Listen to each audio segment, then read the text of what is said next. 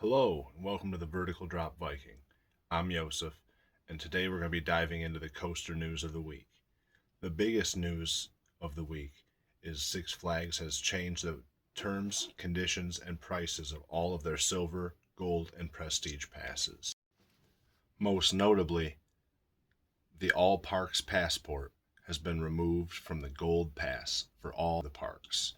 That means if you bought your Gold Pass after November 6th, it is not going to get you into any park except for your home park, except for the park that it was purchased. Let's take a look at this spreadsheet created by Reddit user M. Johnson, 1971. You can see here Cedar Point, Darien Lake, Fiesta, Texas, Frontier City, Over Georgia, Great Adventure, Great America, all now have silver passes. They weren't offered last year or in any previous years. Magic Mountain has a cheaper silver pass, which is interesting. Knott's Berry Farm has a more expensive silver pass. And then you got New England, St. Louis, and Over Texas. All now have silver passes. These are barely more than the price of admission.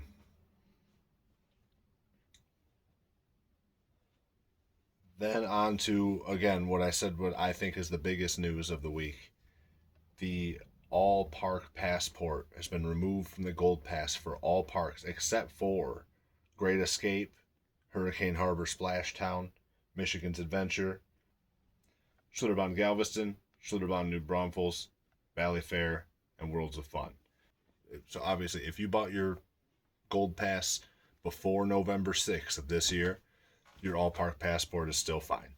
But if you bought a Gold Pass after November 6th, you do not have the all parks passport. You can get into the one park, your home park, as much as you want, but you are no longer, Gold Passes are no longer good for every park. Interestingly enough, you can see Great America and Hurricane Harbor Rockford, they are linked to each other still.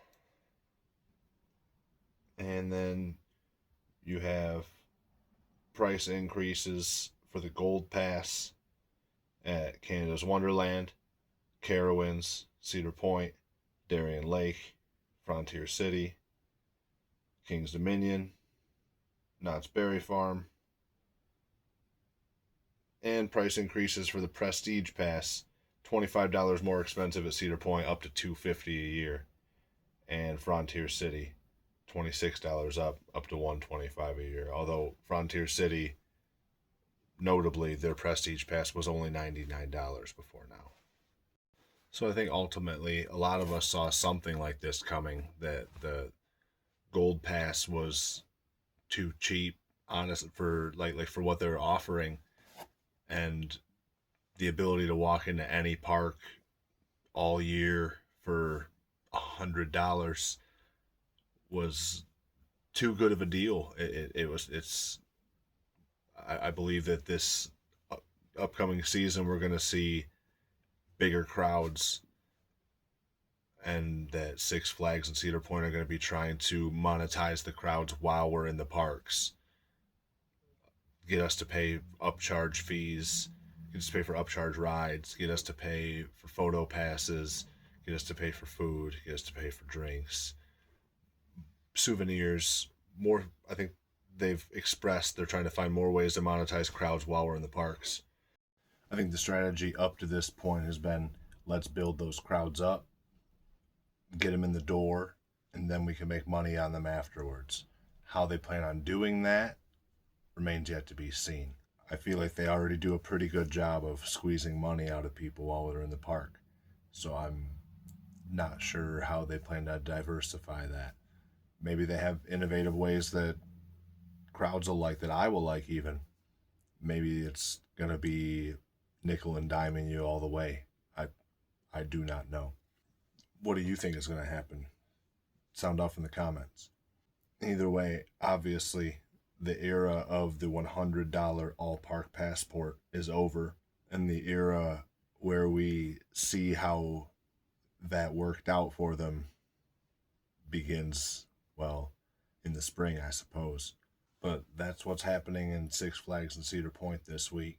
Did you get your gold pass in time? Or are you a prestige pass holder looking down on all of us peasants anyhow? Let me know down below if you think Six Flags made the right move by closing up the all parks passport, or even if you think they made a mistake even by offering it. I'm not sure if it was a sound financial decision considering all the debt that they're in, but I can assure you that I'm going to get my money's worth out of it.